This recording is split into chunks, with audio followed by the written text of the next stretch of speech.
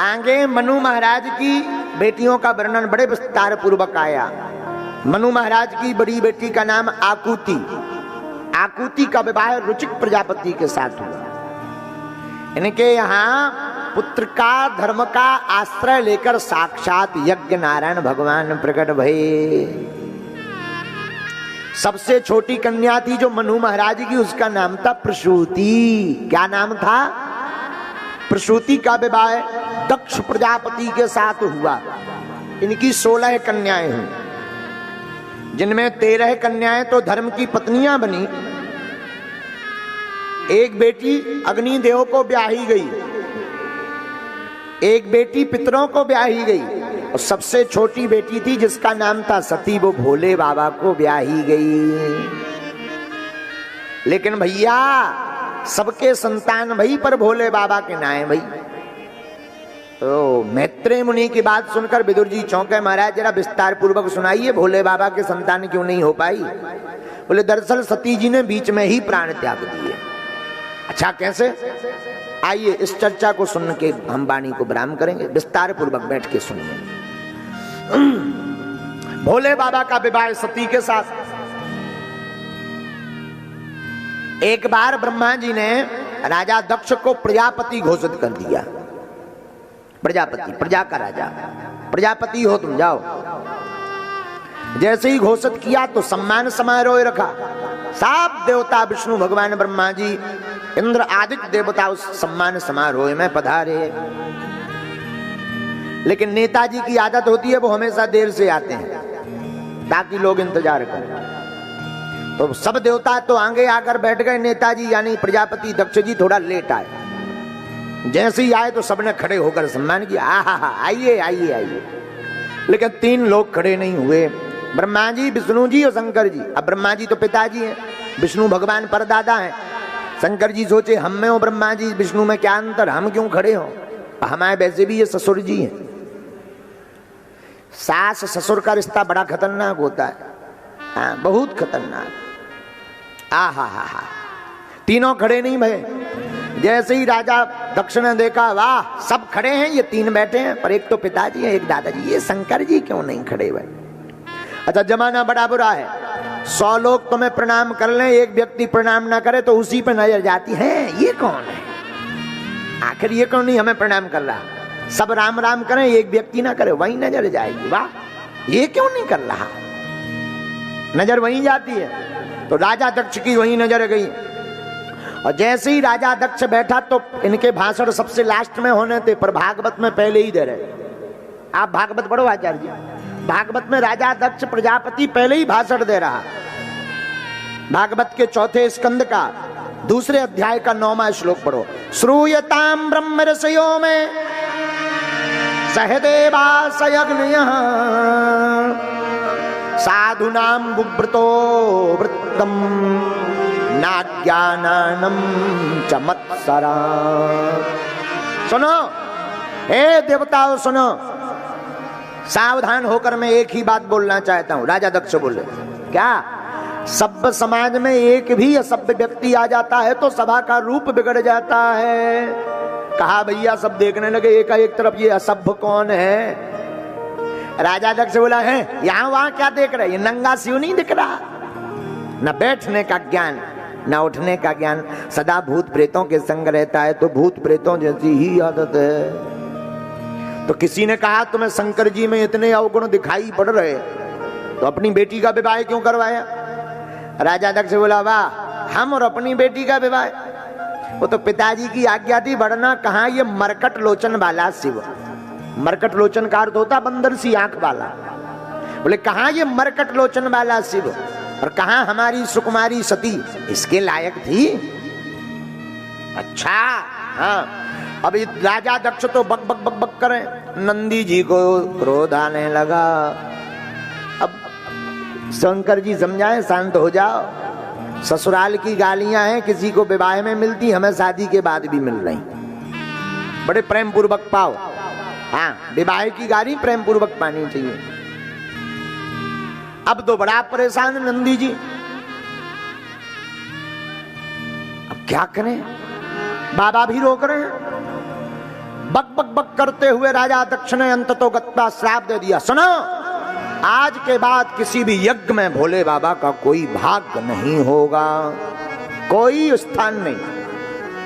अब विचार किया नंदी जी ने, हरिहर निंदा सुनिए कौन, हरिहर निंदा सुनिए कौन, हरिहर निंदा सुनिए कौन, हरिहर निंदा सुनिए कौन, ओही पाप गौ तात समाना, ओही पाप गौ तात समाना, श्री राम जय राम जय राम, श्री राम जय राम जय जय राम,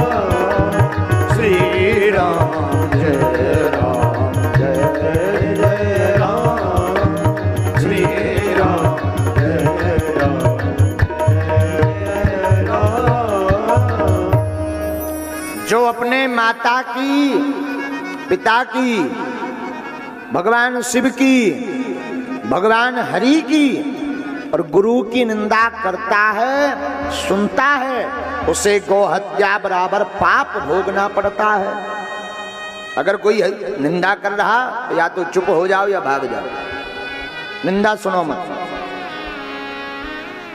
नंदी से नहीं रहा गया, तमक करके नंदी उठे, ए राजा दक्ष, जब से आया बक बक बक बक बक बक कर रहा है, जा हमारा भी श्राप है, तेरा मुंह बकरे का लग जाए।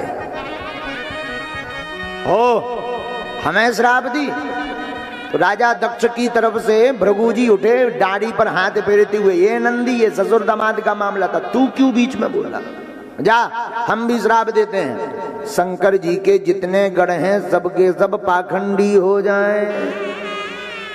हाँ हमको पाखंडी कहा, तमक करके नंदी फिर उठे, ए बाबा हम लोगों को पाखंडी कहा, जाओ हम भी श्राप देते हैं, तुम्हारे जैसे जितने ब्राह्मण हैं सब मांगने वाले मंगना ब्राह्मण बन जाएं।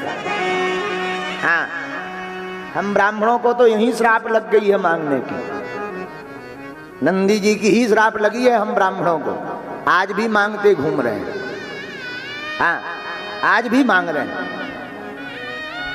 भगवान भोले बाबा ने सोचा कि आए थे सम्मान समारोह को, चल रहा है श्राप समारोह। हाँ ये तो गड़बड़ हो गया, चलो भागो यहाँ। नंदी जी का हाथ पकड़ा, चलो वापस आए तो सती जी को नहीं बताया। देखो जो उचित बात हो वही बतानी चाहिए।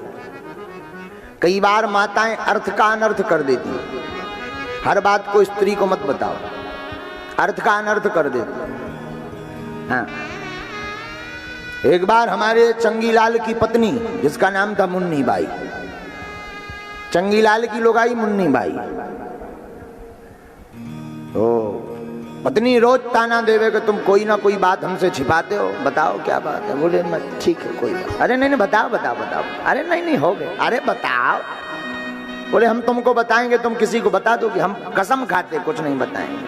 और माताओं की आदत होती है जब तक वो अपनी सहेली को बताना दें तब तक पचता ही नहीं है। हाँ पक्का है।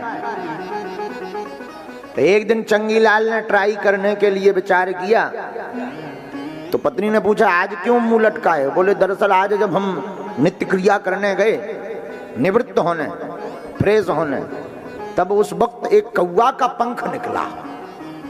अब पेट से कैसे कौवा का पंख निकला पता ही नहीं। अब पत्नी बड़ी टेंशन में, कौवा का पंख वो भी पेट से।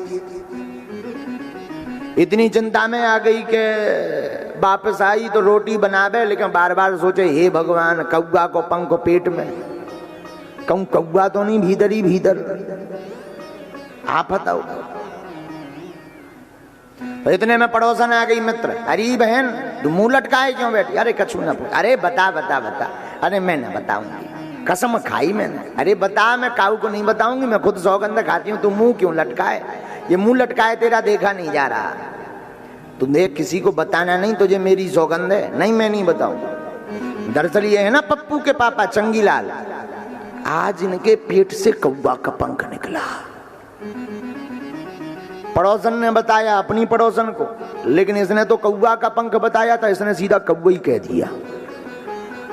उसने अपनी पड़ोसन से कहा तुझे पता है वो पप्पू के पापा है ना, उनके पेट से कल सुबह कौवा निकला। वो भी कहां धरने वाली थी, उसने दूसरी अपनी सहेली को बताया, अरे तूने सुना वो नहीं है अपनी कोने वाली मुन्नी बाई, हाँ उसके जो पति है ना चंगीलाल, उनके पेट से कौवा ही कौवा निकल रहे हैं। बताओ हद कर दी।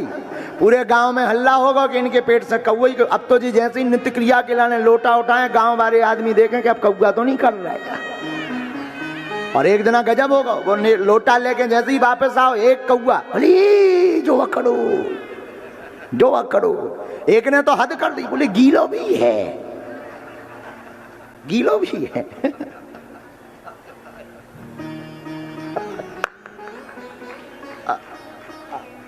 बात है कहीं भी जा सकती।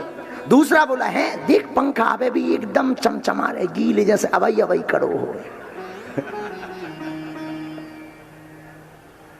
गांव भर में हल्ला। अब चंगीलाल देखे तुम लोग ऐसा क्यों देख रहे? बोले बताओ आज कितने कड़े। चंगीलाल बोलो का कौवा, हम आए हो कौवा कहां से कड़े, जो देखो जो कहां बैठो।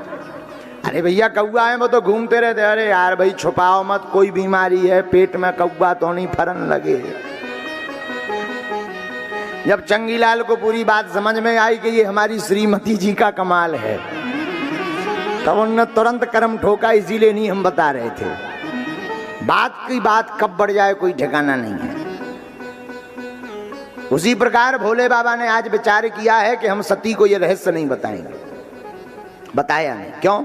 रहे मन धागा प्रेम का मत तोड़ो चटका, टूटे से फिर ना जुड़े, जुड़े गांठ पड़ी जा।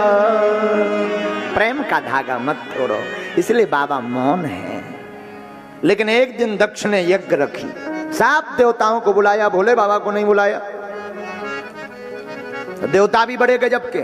कई बार पड़ोसी इतना खतरनाक होता है, जले पर नमक छिड़कने का काम बढ़िया कोई करता है तो वो है पड़ोसी। तो देवताओं को पता था भोले बाबा को न्योता नहीं मिला, पर सब देवता अपनो अपनो विमान कैलाश पर्वत के ऊपर से लिए जा रहे हैं। हन हन गंधर्वियां गाती जा रही हैं, बड़े भावपूर्वक। सती ने देखा आज सुबह से विमान चल रहे, एकदम लगे फ्लाइट पे फ्लाइट, क्या कारण? सती ने पूछा देखकर, अरे बहन कहां जा रही? ऊपर से गंधर्वी बोली, हाँ सती तू घर पे बैठी क्या कर रही है? देखा नहीं क्या? अरे तेरे पिता ने एक विशाल यज्ञ का आयोजन रखा है, तुझे नहीं है पता? हाँ हाँ हाँ मुझे तो पता है, चल चल चल मैं अभी आई। सती ने झूठ बोल दिया। वापस आई सती देवी, और सती देवी वापस आकर के आहा हा भूत भावन भोले बाबा के चरणों को दबाने लगी, चरणों की सेवा करने लगी। बाबा ने कहा देवी आज कुछ विशेष त्योहार है का बड़ी चरणों की सेवा हो रही? महाराज क्या बताएं, त्योहार तो कुछ नहीं है, बस हम स्त्रियों का धर्म है पति के चरणों की सेवा करना। और याद रखना काशी वालों, जिस दिन देवी जी ज्यादा बार बार तुम्हें चाय को पूछें तो समझ जाना या तो जेब कटनी है या गला। बोलो सीताराम। बार बार पूछे स्वामी जी मीठी चाय बना दें, समझ जाइयो जय जय सीताराम। और धन्य है सती, भोले बाबा के चरणों की सेवा कर रही, धन्य है धन्य है धन्य है। अच्छा काशी में ऐसे कितने लोग हैं जिनकी धर्म पत्नी प्रतिदिन चरण दबाती है कोई धर्मात्मा? 1-1.5 लाख में एक नहीं। अच्छा 1-2 ने तो उठाए, डरन के माने तो नहीं उठाए कि देवी जी आई हो सो तुमने हाथ खड़ो कर दो हो कि घरे जाके कहूं बिल्ला चिमटा ना पड़े हैं? स्त्रियों का धर्म है पति के चरणों की सेवा करना, परम धर्म है। देवी जी क्यों सेवा कर रही? आपकी ससुराल में आपके पिताजी ने यज्ञ रखा है। कोई चिट्ठी पत्र आया देवी जी? चिट्ठी तो नहीं आई, डाक गड़बड़ा गई होगी। आज तक जो रहस्य भोले बाबा छिपाए रहे वो प्रकट किया। आपके पिताजी ऐसे हैं, आप चिंता मत करो, मैं समझाऊंगा, मैं जाती हूं। भोले बाबा ने समझाया, देखो तुलसी वहां न जाइए, चाहे कंचन बरसे ने।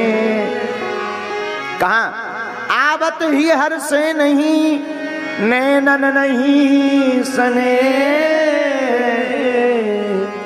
जहां आपके जाते ही प्रसन्नता ना हो, वहां पर सोना ही क्यों ना बरस रहा हो, पर वहां नहीं जाना चाहिए। चाहे कोई भी हो, मत जाओ।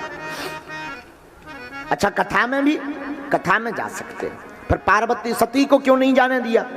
जो कथा आपके अपमान के लिए की जाए उसमें मत जाना, जो कथा धर्म काज के लिए की जाए उसमें बिना बुलाए पहुंच जाना।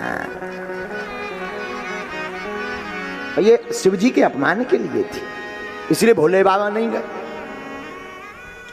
सबको कथा पता ही है। सती जी गईं, जैसे ही गईं तो भोले बाबा ने मन में विचार किया, अब जो राम जी ने रचा होगा सो होगा, होइए ही सोई जो राम रची, को करी तर्क बड़ा शाखा। अब जो राम जी रचेंगे वही होगा। अंत में सती जी ने शरीर को त्यागा, दूसरा जन्म हिमवान के घर पर हुआ, पार्वती बनकर प्रकट भई। बोलो पार्वती मैया की।